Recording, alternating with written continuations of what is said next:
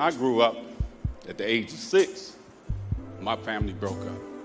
I came from Detroit, east side of Detroit. Came out here and started a new life.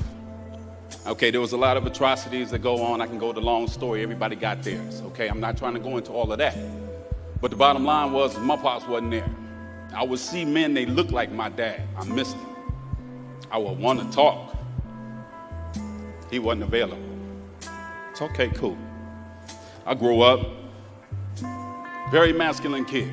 Okay, love girls, hit hard, like to play ball, like to play basketball, everything masculine. But the thing was the means of passage was missing. I didn't have one. My means of passage was how hard I could hit. My means of passage was how big was my knot in my pocket. My means of passage was how well could I hold my liquor. My means of passage were all of these negative influences because I was influenced by those who didn't have an influence themselves. Blind leading the blind. A bunch of kids out there trying to survive. So I can't take claim to being so smart and making all of the right decisions. I'm here because God allowed me to be here. All right. Okay, I got 3 beautiful children. Not having my dad, man, I got a firm fight to be a father. Didn't realize how difficult it was when mama was gone until she was gone. Being a provider is a piece of cake compared to being a single parent. You don't have to be way up here, way down there. It's just the fact that you say, I love you, I'm watching you. Makes a world of difference, man. Because it's that guy in the street that say, hey, man, I got you. He ain't really got it. Ain't nobody gonna ever have you like your daddy got you.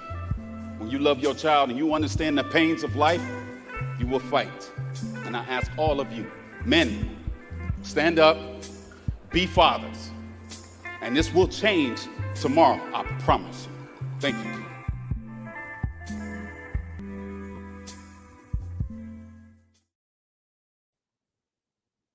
Hello, welcome to Real Talk with Jean Price. I am glad you tuned in today. Today is going to be a very interesting show, but before we get started, I want to welcome everybody that always faithfully come on, that have been supporting us. Can you believe that it will actually be a year, 1 full year, and 2 weeks that a Real Talk with Jean Price opened up? And this was during the pandemic, and who would have thought that it would have transitioned the way it transitioned?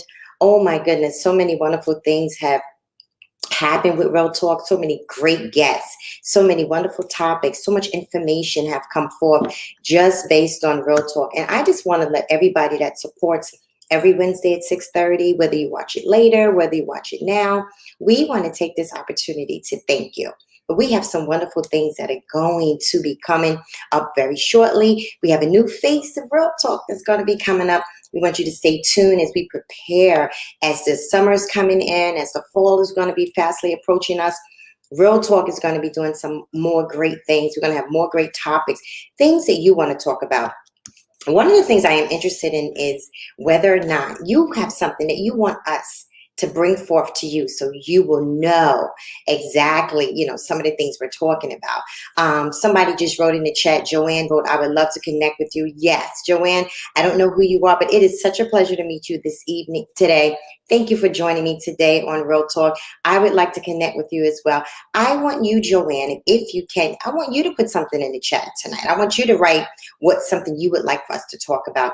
But also, we want you to know that we are also featured on the Inspired Living Network that is shown every Friday at 1 o'clock. What an awesome opportunity for Real Talk to have that kind of exposure. And for that, we are so grateful. We're still taking orders on our signature t-shirts. Listen, I have a special show that's going to be featured. And all of you that get a shirt, you're going to be wearing it, and we are going to be putting something together. I'm going to speak to my team and have you, somehow or another, we're going to figure out how to get you on the show and talk about some of the things, how you feel Real Talk has been a blessing to you. One of our greatest models is being real is our power. What better way to introduce yourselves? What better way to have a dialogue back and forth and just being real in our dialogue and in our conversation? So listen, We want you to purchase your t-shirt. Just reach out to us. We'll give you all the details. You can email us at realtalk@sobeitmedia.com, and somebody on the production team will reach out to you. Just kind of keep you abreast of what we're doing and how we're moving and how things are going. So again, we want you to do that. We also want you to go ahead and like. We want you to comment, and we also want you to share. So much has happened in the year 2020. As most of you know, we went through this whole pandemic. So many things happened, and here we are a year later. What are some of the wonderful things that we can say that has happened to Real Talk and for our viewing audience? I don't know if you guys remember, around the holidays, we had a great show. And during that time, we did Jean's Favorite Things. And can I tell you, I had so much fun on that show because I got an opportunity to be a blessing to someone else. We're taught in our church, and that's my husband and I as pastors, what we teach is we try to be a blessing to everybody. So I got to tell you something. Thank you for joining us tonight, Apostle Link. It's so good to see you. I have to tell you, you don't know. You might be one of the next ones that's going to be chosen as we do Jean's Favorite Things coming up in 2021. And I have to now, listen, we had that last year. I always trying to find a way to up what we did before. You may be the winner of something great. You don't know. I'm one of those people that like to surprise people. I believe in sometimes you never know how that little small surprise may be the one thing that helps somebody for that day. That one thing that somebody that's had, just said, you know what, I can't do this anymore. But it might be that one time that somebody thought about them.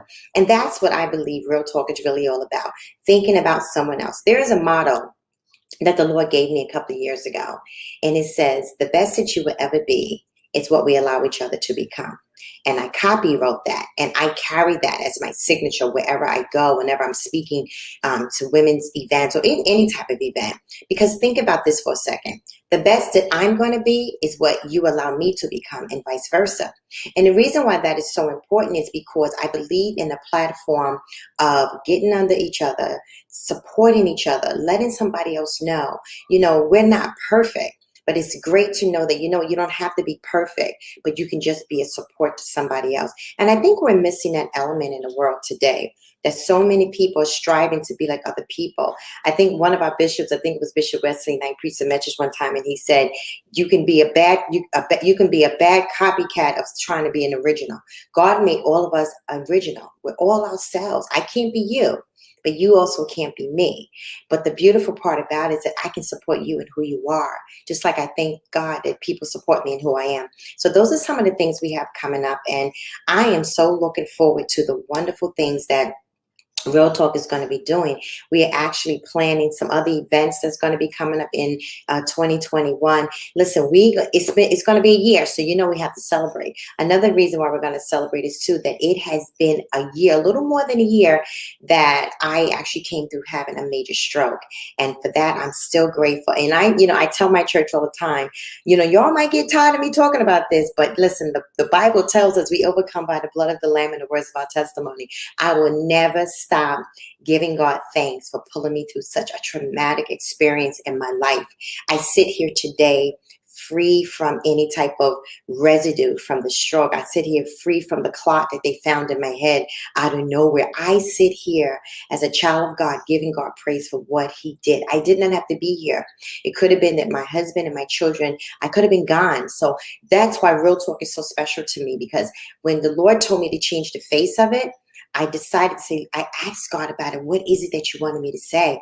And the Lord really impressed upon my heart, it's not about things. And for those that are watching, it's not about having this and having that. It's really about knowing that life is much more than that. So I am so grateful today, again, to be sitting here amongst all of you tonight. And I just wanted to give you that because I want you to prepare yourselves as Real Talk changes its face. But tonight, oh my goodness, we have a very interesting show that's going to be going on tonight. I'm so glad that you have tuned in. So glad. God is just so faithful, and everything that he does. And when you think about it, right? Those that are watching, I grew up and I had a stepfather, but I didn't have a real father. And thus far, I see in the comments, I see women. But I think women can relate too with the show that we're going to be talking about tonight, because it does play a role in your life when you don't have a father. I'm grateful that I have my Heavenly Father who has taken the place of my natural father. But growing up, it was very difficult being a daughterless person without a father, not having that covering, not having that person that I could turn to. So tonight we're going to be talking from the perspective, the transition from a son to a father. And we have a wonderful, wonderful guest that's going to be joining us. He's going to share his story with you and I today. And he's going to help us see the perspective of what's it like when you go through that. You understand? It's hard as a woman. Can we only imagine, right, guys? Thank you, Stacy, for saying amen. Can you imagine what it's like for a man to go from transit from a son to a father? Because sometimes we don't have the prelude of how to survive it out the gate. And I don't know if you're like me. Can we be honest and real tonight? Because again, it's real talk, right? Nobody gave us manuals, right? And how to be parents, how to be mothers, fathers, how to be anything. But we did our best, some of us, and what we could do. Of course, there's always an opportunity to do more, to be more, to allow God to change us. But imagine what it's like when you feel like you can't move ahead. So I'm going to stop talking because I'm excited tonight. I want to introduce to you tonight our special guest, Chef Charles Colston. I want to thank him for being on the show. If you can join us, that would be absolutely phenomenal. Thank you for being with us on Real Talk today. And they are bringing him in. And while they are bringing him in, he'll be showing up in a second. I want you that are watching, get ready. Put something in the chat. Ask us some questions. We want you to do that. Give us your comments so we can dialogue back and forth. Listen, I'll talk to you and you talk to me. We can sit in and just kind of talk about it. Share with me your story. Maybe some of you that are watching, I don't know if it's Joanne or Apostle Latham or Regine or even Stacy. Maybe some of you didn't grow up with your dads. And maybe you can write in the chat and tell us a little bit about what that was like. Did it change your life? Did it cause you to make certain decisions? I know for me, as they're trying to get our guests to come in, I know for me, a lot of decisions that I made, I was affected by the fact that I didn't have a father. And the father, like I said, that I did have wind up sexually abusing me. So I was definitely impacted by not having the proper father in my life. So it did make an impact in my life. And listen, it was hard, but our guests, they got it fixed, and I'm so grateful. We're going to ask our guests to come and join us right now. Chef Charles Colston, join us. Thank you for being with us. How are you, sir? I am well. Thank you for having me. Oh, most definitely. Listen, the viewing audience are already chiming in. They want to hear this dialogue tonight, talking about the transition from a son to a father. But before we get started, I'm going to ask if you could just tell us a little bit about you. I am Chef Charles. I have been professionally cooking about, I want to say, 7, 8 years. I have recently launched my catering service. I'm excited about that. I'm looking at some storefronts as we speak. Yeah, I've come a long way. I've come a long way. I am, what the old folks down south would say, the knee baby. And then I have a younger brother, and then I have 3 older brothers. Well, had 3 older brothers. One of my older brothers passed away. I've been to prison. I've been on the other side of prison, which is now. And one thing for sure, God is a keeper. I do know Yes, that sir. to be true. The show is called From Transition from Son to Father. So what was your upbringing like with your father in your life? So in the beginning, so my mother and my father divorced when I was 2. So it was a single parent home with my mother raising all these boys by herself. When I was 11, my older brothers was getting in some trouble. My mother didn't want that for me, so she sent me down south to Alabama to live with my grandparents. Coincidentally, my father literally lived like 5 minutes away from me, and there was still no relationship. If I can chime in really quickly, Chef, just for a second, there's a background noise. I don't know, can you hear what I hear? I don't know. It may be this fan. I just moved today. Okay. Is it Oh, is it's it gone. that? Yeah. Perfect. Perfect. Yes. Okay, Okay. thank you so much. We apologize to interrupt. You may continue. I'm sorry. And so my dad lived about 5 minutes away from me. Mm, But there was no interaction with me and my dad. It was he was more focused on the woman that he was with and her children. wow. Um, so I was pretty much raised by my grandparents up until the time I graduated from high school. Mhm. So my grandfather was like he was a man's man, you know. So I learned a lot from my grandfather. So my family has a lot of land, so it was a lot of hard work down there because we farmed and Right. my grandfather like literally cut trees down in the woods and we fished and we hunted and um so a lot of things that was instilled in me and that I try to instill in my children because I am a father of five that I try to instill in my children is hard work, Yes. hard work, um being real with who you are. I don't think that's taught enough, especially with the males in the black community, to being true to yourself. Mhm. And these are the things I try to instill in my children because I have four boys and one daughter. Oh, wow. Okay. Well, let me chime in because our viewing audience, I know they're intrigued by this conversation. For anybody that has a father, anybody that has a son, a male figure, if I can say that, right? I was sharing before you came on, Chef, what it was like, just a little snippet of, we're women, right? And we know what we Hmm. went through. I didn't have my father, let me say it that way in my life. I had a stepfather who I was abused by. And it was it made such a heavy impact in my life negatively, not having that covering, as a father. And before we get to you being a father, I just want to hone in a little more on you being the son. And there was a lot of choices and decisions that you make when you don't have that kind of covering or that kind of impact. You mentioned that you were on the other side of the fence as far as being um, away in prison. How did you not having a father play a role with that? Oh, it's a loss of identity because Mm, you can have a stepfather, you can have a grandfather, right? But there's a loss of identity because my grandfather was actually my father's stepfather, so it wasn't his real father either, right? okay. So when you look at it that way, no matter how good of a man he was and how hard he tried, there still was a disconnect. Yes. And so there's a loss of identity when we as young men are not raised and cared for by our fathers. And so when you have that loss of identity, and again on the other side, no matter how hard your mother works and bust her behind to make everything happen and make you not want for anything, she still can't take the place of a man. No. And so what happens is the streets have men. Yes.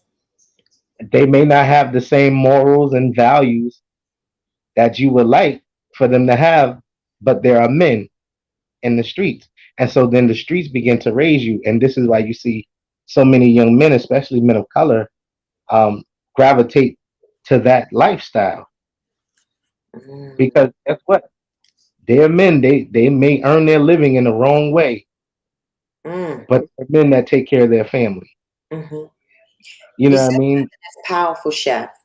You said no matter how hard your mother works, she still can't take the place of a man. That is such a true statement. No matter, and women try, and when I say is to your point, they have to work if the man is not there to provide. We Right. understand that. But as you were growing up, Chef, was there a time in your life when you really knew your mom couldn't help you with what you needed? And I know you talked about the streets, because as a parent, sometimes you feel like you are doing all that you can. You're doing the best that you can. But was there a point in your life where you knew as a young man, Mom, you just can't help me with this? Um, Actually, it was early on. I want to say so. My mom sent me to Alabama when I was 11. Oh, So I okay. want to say when I turned 13, it kind of sunk in. It sunk in that this was not something that she wanted to do, but it was something that she needed to do. Because here you are, at the moment, it was just the four of us, the four boys. So here Mhm. you are with four boys, two of them in prison, two of them in prison. One of them is running the streets all ragged, and Mm, then you have your baby, and you don't know what the outcome is going to be for him right, because it wasn't like you wasn't present, you wasn't a good mother, you right. wasn't you didn't provide for us, so it wasn't like you didn't do these things. It was just that one child, one male child for a mother is tough. Yes. Four for a mother is a heavy load to carry by herself. So I knew then at that point that it was something that it was bigger than her. Wow. It Okay. was bigger than her. Okay. Okay. In the beginning of the show, too, Chef, you mentioned identity. And oftentimes we do lose identity when you don't know where you come from. When I say where you come from, not that you didn't know intrinsically, but sometimes we really don't know where we come from, meaning that there's no identity within us. How do you, if you were, I'm going to go forward to come back, but if there are young men out there, how would you help them after knowing what you know now, after facing what you faced? How would you help them, though, find identity? I think the first thing, which is so major, and I just said this to someone the other day. Um, I think one of the main things that we do when we're losing our identity is we tend to dumb ourselves down. Okay. Okay. And when you do that, then that makes you just receptive to everything that comes your way. So the first thing I would tell young men is don't dumb yourself down. Mm-hmm. Like you were created this way for a reason. The next thing is to help them to understand that listen, you wasn't made to fit in Ah, with everything. that's right. I tend to look at us as puzzle pieces. Every puzzle piece can't fit in the same place. Right. We're made so differently, and God has gifted us in so many different ways, and shaped us and molded us in so many different ways that we were meant to fit in into That's, everything. that's right. That's right. And Yeah. then I would tell them to down, Mm, yes. slow down, Yes. Yes. Yes. because I feel like our youth is moving so fast, and they're trying to obtain everything so quickly that Yes. they're not even taking the time to understand what it is they're trying to obtain. That's powerful, sir. Regine just chimed in. Very interesting, chef. And she said, I grew up with my dad. Now, here's somebody that had a dad. She said, and she's a daddy's girl on top of that. She said, growing up, I never got anything. And she capitalized never in anything name brand. That's so funny. I got to tell the story behind that. And she said, and would always be looking at other kids who did and always wanted those things. But what I didn't realize, I did have what I didn't realize I didn't bear with me. I'm trying to read it, but what I didn't realize I did have was my father's presence. Okay, thank you, Regine. Got it. He was always there. Even though we were making trips to Walmart for sneakers and savers for clothes, he was there with me. And even when he became sick, he still came to my ordination. And those memories are greater than any material that can ever receive. That was very powerful. And I'm glad Regine said that because it kind of fits into our whole dialogue of our conversation tonight. Because just like Regine said, and we're talking about chef, sometimes we could think that materialistic things, right, are the things that matter. But this is a good segue into me talking to you now because now you're a father. And the presence of a father in a daughter's life and or a son's life there's no money that you can pay for that to happen. And I just want you to kind of dialogue, because you said you're a father of 5, right? Yes. From what you went through, Chef, what were some of the things you said when now that you're a father, you transitioned, that you would not do, that affected you negatively, you didn't want to bring to your family now? One of the things was actually what Regine said, not being present. That was the one that was like the main thing. So, oftentimes you'll hear young men who grew up without their fathers, or young women who grew up without their mothers. You will hear Mm, them say, "Oh, I don't want to be like her. Or yes. I ain't gonna be like him." And funny enough, sometimes when we say that and that's our main objective, Mm-hmm. we end up being just like them. Yes, I was just thinking that. So true. We end up being just like them. And so for the first, uh, I had my oldest son when I was 20. Just had turned 20, and my son was born that Christmas Eve. Mm-hmm. Um, and so one thing I wanted to do is I wanted to be extremely present, Okay. because even though as men we want to be present, it's still tough when we're in a position where we feel like we can't provide. Yes. So it's a very tough place to be in, um, where you can be present but you can't really provide the way you want to, right? Um, but and even with my oldest son, I was running around, I was in the streets and doing Wow. everything. Um, but one thing I did was my life in the street never bled over to my life at home with my children. Okay. I was gonna ask you that. That's where I was gonna ask. Okay. I made sure of that.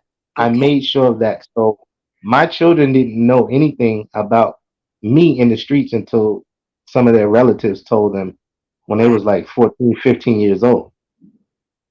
Because I made sure to keep that separate. But even with that, I was very much present. Doctor's appointments, I was there. Mm-hmm. School, I was there. Parents, teacher conferences, I was there. That's Whatever it was, I was there. I was there. I made it my business to be there. And sometimes it was heartbreaking when I couldn't be there. You know, yes. I think one of the toughest times for me was when I was in prison, Okay. because I missed so much. And I know it was tough for them because they were used, my oldest two boys, they were used to me being there. They were used to daddy being there. So that 5 year stretch, it took a toll. Honestly, it took a real toll on our relationship, to the point where we're on the cusp of things being back the way it was, because it was a tough road back. Yeah. Yeah. It was a tough road back, and now my oldest, he's in college. We talk regularly. He does music. I did music, so we talk about that a lot. And so my main thing now is is not only to be present now, but now my mindset is focused on legacy, because now that things is coming full circle. Now we have to work on legacy. So it has to be a legacy from me to them, to their children, to their children's children. Yeah. That's interesting, Chef, because I was gonna go that way. Because my next question to you, since you brought up legacy, I was gonna ask you, how do we stop the cycle? Because we as people have the habit of repeating cycles, and sometimes we repeat cycles even when we don't want to. Case in point, I grew up as an abused child, and in my mindset, everything about me, right, Chef, was just always quiet. I was always a quiet person. I was always don't say much, but that's kind of the mindset of an abuser. That what that's a whole nother show. But my point was, I remember saying to myself, I didn't want my children to grow up. I wanted them to be able to speak up. Is what I'm trying to say. And that's one of the things we put in our girls. You got to speak up for yourself. You got to, you got to. So you haven't gone through what you went through with your dad. your sons, to your point, were missing you just for a little bit, how would you stop that cycle from growing? Because they're going to grow up one day and have children too, or hopefully, or maybe. So what would you say to them so the cycle doesn't continue? Man, I think something I like to say um is, would you rather live uncomfortably or would you rather die comfortably? Ooh. And so I think as fathers, and even as the sons, um we have to get to a point where we're willing to be uncomfortable, because we've been very comfortable in our roles, whatever they may be, as the absentee father, the True. black sheep of the family, Yes, sir. um, the young man or the young lady that's been molested. We become very comfortable in those roles, and then we oftentimes we die quiet, silent, Mm. because we're so comfortable in that. So now it's time to be uncomfortable.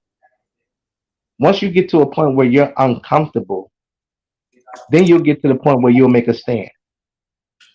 Powerful. That's powerful. Right. I understand that. Yes, that's when you make, and that's what I think motivates a lot of us, chef. At least, I mean, I'm in my 50s now, is that when I became uncomfortable, and I'm glad you used that word. And to my viewing audience that's listening to Chef tonight, Chef Colson, we want you to write in the chats. You may have a question for him as well. When I realized that I became uncomfortable, and I'm glad you brought that up, is that's when I feel like I got motivation. Does that make sense? I feel motivation kicked in for me because I Absolutely. realized, you know what I'm saying? When I was uncomfortable, I felt motivated, like, okay, what's going on here? And then that caused me to grow and to mature because I was uncomfortable. And I'm glad you mentioned that. I just want to go back a little bit when you talked about legacy, because legacy is so important. We can have a legacy of negativity for our family and children to leave behind, or positivity. If you had something positive, say a legacy for your children, what would that one thing be? That you're not your mistakes. Oh, powerful. That you're Powerful. not your mistakes, because um I'll you know what, if God forgives us for our Mm, mistakes, who are we not to forgive us? yes. And Yes. when we take that mindset that we are nothing more than our mistakes, then we box ourselves in, Yeah. and we put the glass ceiling over our own head. Yeah. Oh, yes. Yes. Wow. I like what you said, that we are not our mistakes. Because with our mistakes sometimes comes a lot of shame. And that shame becomes that bondage that holds us down so we can't move forward. And I hope that was so powerful what Chef said tonight. You, whoever you know, you're not your mistakes. And I love what you said, because God takes what we've gone through and he throws it in the sea of forgiveness. Why don't we? Why don't we? And I think that if we can remember that for ourselves and for others, because I think sometimes, Chef, and we could talk about that. Sometimes we don't let it go either with people, because we could find ourselves, right, to your point, doing the very thing that we don't want people to do to us. Yeah, Why is that? yeah. Was that old adage, hurt people hurt people? Yes, yes, yes. Um, and so that's what it is. Because we don't know, or we're not taught that Mm, it's okay. It's okay you messed up. It happens to the best of us. ah, yes, yes, It's okay for you to feel that shame. yeah. But guess what? You can come out of this, Mm-hmm. right? When you talk about Psalms 23, it says, "Yea, though I walk through the valley," right? It didn't say I pitched a tent, grabbed a seat, and sat there. It say I went through it. And so once we realize that everything that happens in life is something that we just going through, then it begins to change your mindset. It changes the way you view things. Mm-hmm. And it's not. of course, people will say it's easier said than done. But again, it's what is it that you want? Yeah. What do you want? Because guess what? Growth is painful. Yes, it is. Yes, it is. Listen, to our viewing audience, we're going to take a commercial break and we're going to come back with Chef. This is such a great topic to talk about, from transition from son to father, because believe it or not, a lot of men and women, but in this case, because it's Father's Day coming up, a lot of men go through different things. And we want to talk about that a little bit, because this can be a catalyst to help somebody understand sometimes the mindset, right, of what a son and a father could go through. We'll be right back after this commercial break. I haven't been live on Real Talk with Jean Price. Upcoming on Real Talk with Jean Price. Become that warrior to that other sister. I dare everybody that's listening to your voice, that I can see the feed, that's listening to my voice. I dare each one of these sisters to get behind somebody else. We don't know what they're facing. When I grew up at the age of 6, my family broke up. I came from Detroit, east side of Detroit. Came out here and started a new life. Okay, there was a lot of atrocities that go on. I can go the long story. Everybody got theirs. Okay, I'm not trying to go into all of that. But the bottom line was my pops wasn't there. I would see men, they looked like my dad. I missed him. I would want to talk. He wasn't available. It's okay, cool. I grew up, very masculine kid. Okay, love girls, hit hard, like to play ball, like to play basketball, everything masculine. But the thing was the means of passage was missing. I didn't have one. My means of passage was how hard I could hit. My means of passage was how big was my knot in my pocket. My means of passage was how well could I hold my liquor. My means of passage were all of these negative influences, because I was influenced by those who didn't have an influence themselves. Blind leading the blind. A bunch of kids out there trying to survive. So I can't take claim to being so smart and making all of the right decisions. I'm here because God allowed me to be here. All right. Okay, I got 3 beautiful children. Not having my dad, man, I got a firm fight to be a father. Didn't realize how difficult it was when mama was gone, until she was gone. Being a provider is a piece of cake compared to being a single parent. You don't have to be way up here, way down there. It's just the fact that you say, I love you, I'm watching you. Makes a world of difference, man. Because it's that guy in the street that say, hey, man, I got you. He ain't really got it. Ain't nobody gonna ever have you like your daddy got you. When you love your child and you understand the pains of life, you will fight. And I ask all of you, men, stand up, be fathers.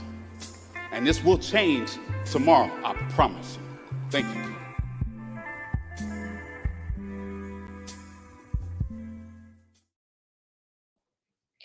Welcome back to Real Talk. We've been having such a great discussion. I want to thank my viewing audience for chiming in. This has been such a great dialogue in talking about transitioning from a son to a father. And I want to welcome back my guest tonight, Chef Charles Colson. Thank you for being with us on Real Talk with Jean Price.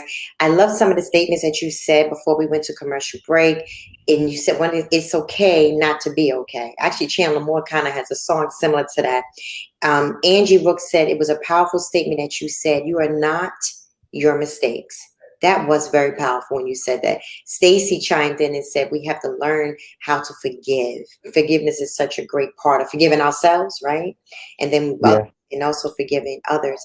But there was a question on the table that I wanted to ask you, Chef, is do you think people are afraid of being transparent with their children? Oh, absolutely. Yeah. Absolutely.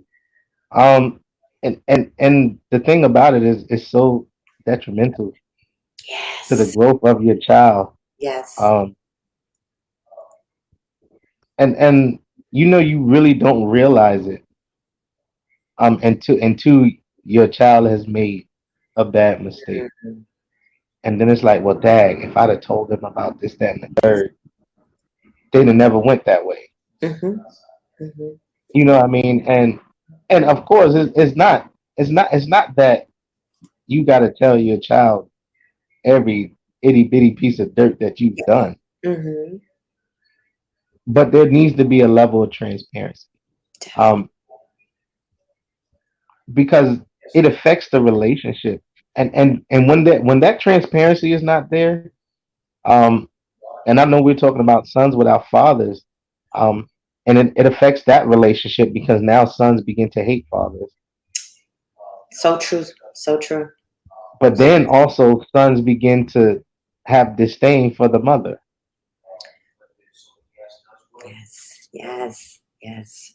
And so now both parents is at a disadvantage, and the child is prime and ready Wow. to take heed and listen to someone else who truly doesn't have his Mm-hmm. best interest at heart. Mm-hmm. Mm-hmm. Oftentimes, in before COVID, when I used to go out and speak a lot, Chef, I would always say that our children are on loan to us from God. And Yeah. so important, and no one's perfect because, oh man, I'm definitely not. But I can remember the times, and to your point that you're talking about the transparency, I graduated from high school, if I can say that, at 40, meaning that I dropped out. And just what you're saying, Chef, I was so ashamed at 17 years old. I was in my last year with 6 months left. And I was so ashamed to tell my daughters as I was raising them and got older that I didn't have a high school education, that I didn't finish. 6 months left, but I didn't finish. And can I tell you, sir, to what you're saying, if only I wasted time. And I guess this is where I'm trying to go, how we can waste time in holding something that can actually be a blessing to them, because that could have helped my daughters when they were going through different things in their lives. That, listen, mommy didn't do it either. You know what I mean? And I held it for so long. And then around 40 years old, I said I was going to go back. I did finally go back and get it. I was a valedictorian. I'm in college now, but that's not my point. My point is I wasted time. And I said all that to come back and say to you, how do we fix the time that we wasted and not being transparent? Because one of my daughters was struggling in school, and I just wasn't open enough and transparent to say, listen, it was okay. I went there. Why do we waste time like that as fathers, mothers, fathers? Um, I mean, it goes back to just being ashamed. Um, because that's the message that's been pushed for years. Hmm. You go to school, you graduate, you go to college, and then you get a job. Hmm.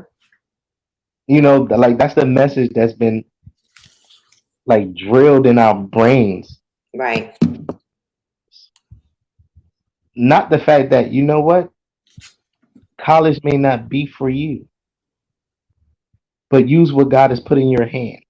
Hmm. College may not be for you, but God has given you something. Use that. Yes. I mean, I didn't. I went to college. I dropped out of college. I dropped out of college. My children know that. Hmm. But guess what? I became a chef. So you can, and I'm an entrepreneur. So you can still be successful Yes. without taking the same route that everyone else is taking. Not to discredit any of the people that actually go and work hard and get these degrees, because that's a feat within itself. But being okay knowing that what, that right there is not for me. I got it. That's interesting. What can we do to support fathers that need just that extra arm, that um, just might not know the way, just need that help? Some of us were young when we had kids. We were my first daughter was born at 16. I was 16 rather. My husband was 17. But what can we do to help fathers? Like, what kind of support system is out there just to help them? Um, for one, I think for one we have to stop looking at all black men as Mm, making excuses. Um, and actually take the time to see what their trauma was. Because here's a fun fact, and I believe I mentioned this on the last time I was a part of the panel. Um, for instance, for men who've been through the system like me, right, or people who has experienced trauma at a young age, unless they get some help, they're literally stuck at that age. Yes. They're stuck at that age, Yes. and Yeah. so there's a lot of men, there's a lot of fathers that's still stuck at that age, Mm, and I think we have to take more time to understand each other, take more time to talk, take more time to listen, take more time to listen. Because when you look at the world today, I mean, the world is already wreaking havoc on men, it's wreaking true. havoc on men. So it doesn't help when the woman that's in their life or the woman that was in their life to not talk about the good things Yeah. that that man has done Yeah. and constantly remind them of the bad things. Trust me, he reminds himself of them bad things way more than you ever could, Mm, you know. And I think we need to gear more programs towards mentorship. okay. We need to gear more programs towards mentorship, especially for men of color. Okay. Great. Wow. That's interesting. Yolanda chimed in and she said, yes, men in boys' bodies never grow up, have a boy mentality. And that's interesting that Yolanda said that because even as women, sometimes we're grown women, but we still have the mindset of the little girl. Because somewhere, as to your point, Chef, there was a growing process that ceased.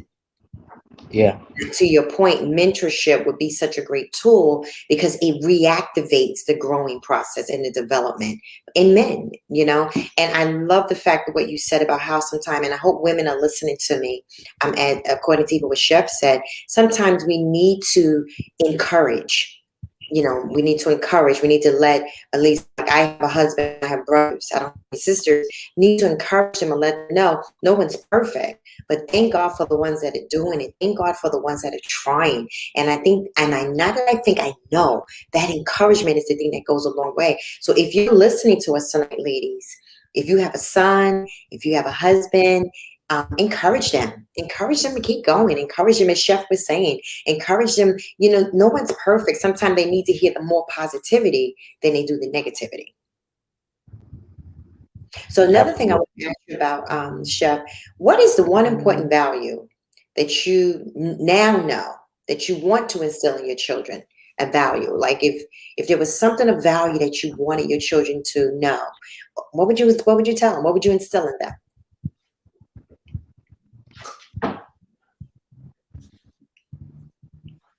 Dream big. There's nothing that you can't do. Mm, And I know it may sound crazy, but um, a lot of times we stunt the dream aspect of our children. Uh, when they're kids and they're playing and they're having a imaginary things going on, and we're like, oh no, that's not real, or nah, you can't do that, and then we become dream killers and we don't even know it. ooh, okay. Wow. We become dream killers and we don't even know it. You can keep going. That was yeah. Okay. And so my thing would be dream big, Mm-hmm. and when you dream big, dream bigger, Mm, because guess what? You don't know you can't do something until you fail at doing it. mm-hmm. That's so true. So true. That So is so dream big. Yeah, Yolanda chimed in, and I agree with you, Yolanda. Yolanda chimed in and said that was deep. Sometimes we can be dream killers and we don't even know it. Wow. One other thing I want to talk about before we're coming to the close of the show is that why is it taught or said that men should not show emotions? Like a little boy, when we were coming up, my brothers, if they even wanted to cry, they were told, "Stop crying, stop crying." But yet, why? Because little boys have emotions. They're afraid. They have bad dreams. Why is that? Toxic, toxic masculinity. That's what it is. Wait, Um, repeat that. Say that again. Toxic masculinity. That's what it is. Um, and and that's another area where we stunt our young men. We stunt their growth. And so now, they have these girlfriends who become fiancées, who become wives, Mhm. um, and they still can't get through to them. And so now she's frustrated and at her wits end, um, because he's been taught in public to show no emotion, but then behind closed doors, he's crying, but he don't. If he don't know God, then he don't have nobody to talk to Mhm. because it's gonna make him look weak because this is what they taught. Right. Wow. And Yolanda chimed in again, Chef, and said, if you cry, you're not a man, but that's not true. And you're correct. You're absolutely correct. And that's exactly what Chef is saying tonight. Right. Exactly. And then those same men, um, behind the scenes, all the emotional part of them becomes almost stifled. And then some men wind up lashing out just coming to sexual and physical abuse from my stepfather. They wind up turning that on someone else. So again, it Yeah, goes back to what we were talking about earlier. How do we stop the cycles? How do we stop them? yeah. It it takes a real man, um, to admit that he feels a way about something, Okay. or to be able to cry Hmm. and not be concerned of who's looking around. Um, because sucking it up and putting the H on your chest and handling it, that's the easy part. Like that's the easy way out. Hmm. It's the easy way out because you don't have to deal with the situation, whatever it may be, or so you think. So you die. Right. Right? It's like the equivalent of people of alcoholics, right? The alcoholics, they drink to forget about their problem, Yes, that was good. Yes, right? But then they sober up, and guess what? The problem's still there. still there. That's so true. Chef, before we close down tonight, if there's a young man that's watching the show tonight, if they're going to watch the replay, and what we're talking about, transitioning from a son to a father, and this is part one, because next week we have a part two to this particular topic. Um, take about 2 minutes or maybe a minute and just say something to some young man or older man that's watching tonight. Maybe a man watching, Chef, that feels like a failure, that watched tonight and said, wow, okay, it's okay to feel that way. What would you say to them before we close the show? I would say that take a look at whatever you're watching this show on, whether it's your phone, whether it's a tablet, whether you're casting it to your TV. And guess what? The person who invented all these things failed. So there is no success without failure. So it's all right to fail because you need those stepping stones. And forgive yourself. Mm, yes, Forgive yourself.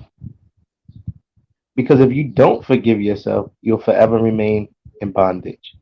yes, yes. And understand, and I gotta say this, you study love. Study love because a real man loves. Study love because without knowing love is an impossible feat for you to know who God is if you don't Amen. know what love because God is the very essence of love. Yes. Mm, Be open and be receptive to receiving love mhm, because a lot of men have a problem receiving love because it's something foreign to them. mhm, It's something that they've never had. But be open and receptive to love. And I promise you, it'll change your life. Audience, we want to thank, wow, that was good, Chef Charles Colson for being on Real Talk tonight. This was a real, wow, it was a real topic. It was real. It was, I guess, opening your minds to an understanding of what it's like to be a son, then to transition into being a father, and understanding the mindset of what fathers and men go through. Um, this was really great, and I want you all to come back and tune in next Wednesday. We have a part two to this because I think to go a little deeper and understand, we want next week. We want to deal with the pressures and the weights of it because there's a pressure and a weight that men and right fathers and even sons carry that we don't understand either as women. There's a whole nother side to this thing. But we want to thank you, Chef Charles, for being with us tonight. Thank you so much. And to our viewing audience, thank you so much, as I feel every week, for chiming in, for just letting us know that you support us. Stay tuned. We have some wonderful things, as we stated in the beginning of the show. Wonderful things coming up. We want you to please come back for part two. This is a great topic. And listen, it might help somebody out there. If you got a father out there, you might have to hear part one and part two. You might just go ahead and not only forgive yourself, but forgive somebody else and learn to understand it's just not worth it. Time does not wait for any of us. If you have time to mend that relationship with your father, mend it. It's worth it. Yeah. Thank you. We'll see you next time on Real Talk.